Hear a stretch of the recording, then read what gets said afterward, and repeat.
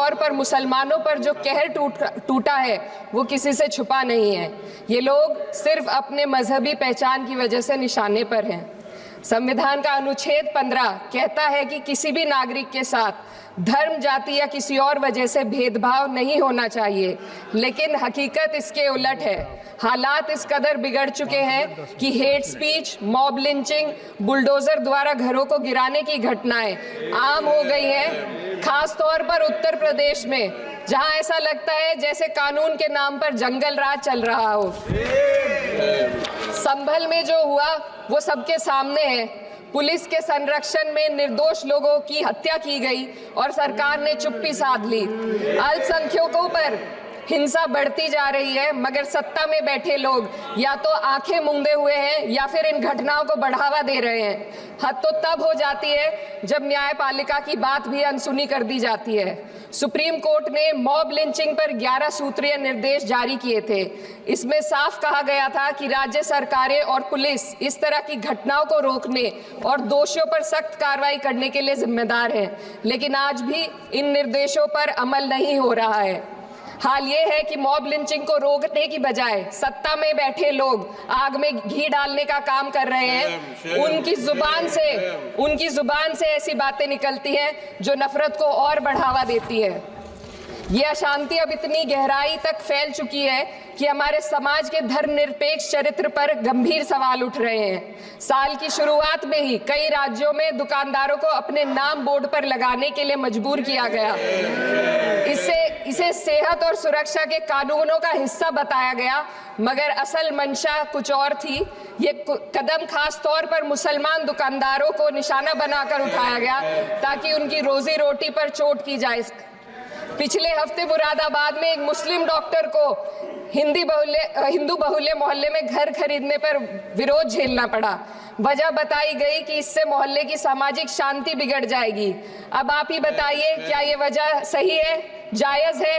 असल में ये छोटी बड़ी घटनाएं इस बात का सबूत है कि सांप्रदायिकता को बढ़ावा देने वाले बयान और नीतियां हमारे समाज को अंदर से खोखला कर रही है। उत्तर प्रदेश में यति नरसिंहन ने बेहद घटिया बयान दिया, लेकिन सरकार इन बयानों पर कोई कार्रवाई नहीं कर रही। हेट स्पीच न केवल जनमानस के विचारों को प्रदूषित करती है, बल्कि इससे अब संवैधानिक पदों पर बैठे लोगों को भी प्रभावित कर दिया है। अभी हाल ही में माननीय उच्च न्यायालय इलाहाबाद के माननीय न्यायाधीश ने ऐसे बयान दिए जिसका संज्ञान खुद सुप्रीम कोर्ट को लेना पड़ा। संविधान के अनुच्छेद 29 और 30 ने अल्पसंख्यकों को उनके मजहबी और सांस्कृतिक हक दिए हैं ताकि वो अपनी पहचान को बचा सके और अपने संस्थान चला सके, लेकिन आज उन्हीं हकों पर हर तरफ से चोट की जा रही है। वक्फ जैसे बिल लाकर उनके धार्मिक अधिकारों को छीनने की कोशिश की जा रही है। आज अल्पसंख्यक समुदाय को संविधान द्वारा दिए गए अपने बुनियादी अधिकार पाने के लिए लंबी लड़ाई लड़नी पड़ रही है। ऐसे कई मामले अदालत ने न्याय देकर संविधान की रक्षा की है, लेकिन अदालती प्रक्रिया में जो समय लगता है उसकी वजह से देश के सामाजिक ताने बाने को भारी नुकसान उठाना पड़ता है।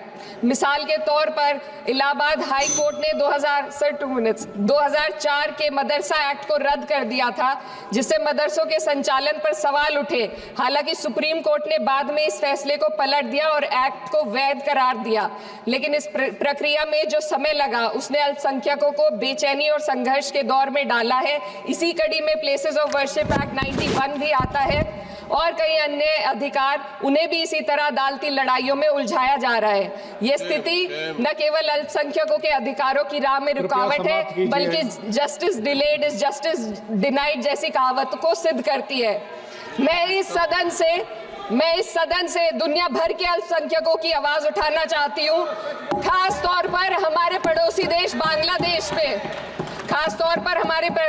बांग्लादेश में अल्पसंख्यकों के साथ जो हो रहा है वे दिल को गहरे तक चोट पहुंचाने वाला है।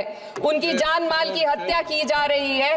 बांग्लादेश हो या हिंदुस्तान हो या कोई और देश, अल्पसंख्यकों की सुरक्षा, इज्जत और अधिकारों की हिफाजत हर सरकार की सबसे पहली जिम्मेदारी होनी चाहिए।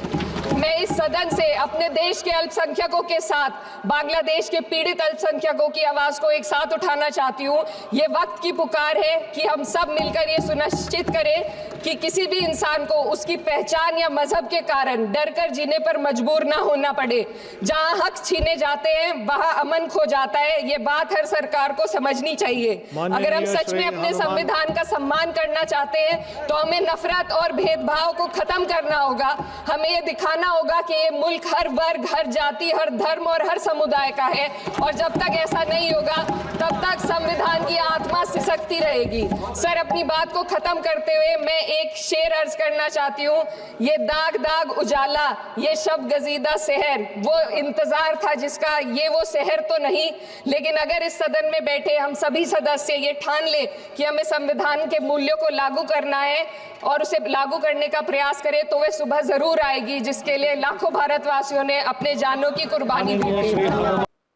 संसद के अंदर और संसद के बाहर राहुल गांधी, इकरा हसन, डिंपल यादव, अखिलेश यादव या फिर यूं कहें पूरा विपक्ष सरकार को झुकाने में लगे कि सरकार झुक जाए किसी भी तरीके से। और सरकार झुक गई है, इस बात को मानना पड़ेगा। भले ही एक से बढ़कर एक बिल पास हो रहे हों, लेकिन छात्रों के मुद्दे पर, राम मंदिर के मुद्दे पर यानी चंदा चोरी के मसले पर सरकार झुक गई है, जवाब नहीं दे पा रही है और कैमरे देखकर भाग रही है, मीडिया से मुंह छुपा रही है। मोदी सरकार के मंत्री, मोदी सरकार के नेता, कैबिनेट के मंत्री, और इससे बड़ा बेशर्मी का आलम नहीं हो सकता दर्शकों। अरबों खरबों करोड़ों का पैसा लगा हुआ है पार्लियामेंट में, लोगों का पैसा है, देश इस मुल्क का पैसा है, इस मुल्क में रह रहे नागरिकों का पैसा है, और अगर उसके मसले पे बातचीत ना हो, उनके मुद्दों पे बात ना हो, तो इससे बड़ा चिंता का विषय कुछ हो ही नहीं सकता है। राहुल गांधी, प्रियंका गांधी, डिंपल यादव, इकरा हसन, तमाम लोग सवाल पूछ रहे हैं, चीख चीख कर क्यों नहीं चर्चा कर रहे हो। एक तरफ सरकार का पक्ष है कि मोदी जी, अमित शाह जी सदन में ही होते हैं, लेकिन इसके बावजूद विपक्ष कह रहा है कि भाई वो तो आते ही नहीं, डर से नहीं आते, वो डरपोक है। अब इस कंफ्यूजन को समझिए, सरकार क्यों कह रही सदन में है, तो सीधा तो लोग आम यही पूछेंगे ना कि जब आप सदन में जा रहे हैं, बैठ रहे हैं, तो फिर दिख क्यों नहीं रहे महोदय। तो दिख जाइए, अमित शाह जी सवालों का जवाब दे दीजिए कि दिल्ली पुलिस ने ऐसा क्यों किया, किसके आदेश पर गोलियां चलाई गई, किसके आदेश पर AK-47 चला, किसके आदेश पर दिल्ली के बच्चों छात्रों को पीटा गया, बेरहमी से मारा गया, क्या बुराई है।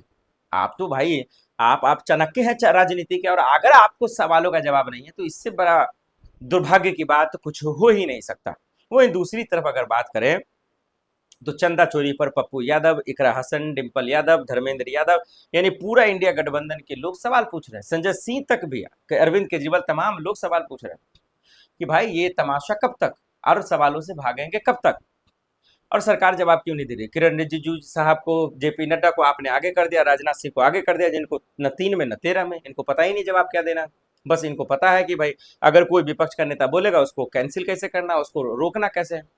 तो ये एक बड़ा सवाल है जिसका जवाब हर कोई जानना चाहता है, हर कोई पूछना चाहता है, और ये चिंता का विषय हो गया है कि आखिर हम सब ने देखा अभी झुकती है दुनिया, झुकाने वाला चाहिए। ये सरकार कौन खेत की मूली है। पूरे देश में भी आंदोलन हो रहे हैं, छात्र आंदोलन कर रहे हैं, अभी झारखंड में भी हो रहा है, और अभी दिल्ली में जब हुआ तो देखिए धर्मेंद्र प्रधान ने इस्तीफा दिया। तो ये अच्छा लगा, ये लोकतंत्र की खूबसूरती है, इसको ईगो पे लेने की जरूरत नहीं है कि सरकार